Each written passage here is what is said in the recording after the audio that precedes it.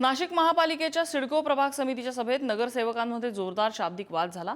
अपक्ष नगरसेवक मुकेश शहाणे आणि भाजप नगरसेवक सुधाकर बडगुजर यांच्यात भर सभेत शिवीगाळ झाली।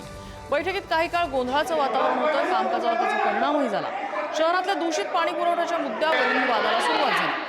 सभागृहात सभापतींना दूषित पाण्याची बाटली देण्याऐवजी ती संबंधित अधिकाऱ्यांना द्यावी अशी भूमिका मुकेश शहाणे यांनी मांडली। यावेळी नगरसेवकांना त्यांचा प्रश्न मांडू द्या असं म्हणत सुधाकर बडगुजर यांनी हस्तक्षेप केला। त्यानंतर दोन्ही नगरसेवकांमध्ये शाब्दिक चकमक होत शिवीगाळ झाली।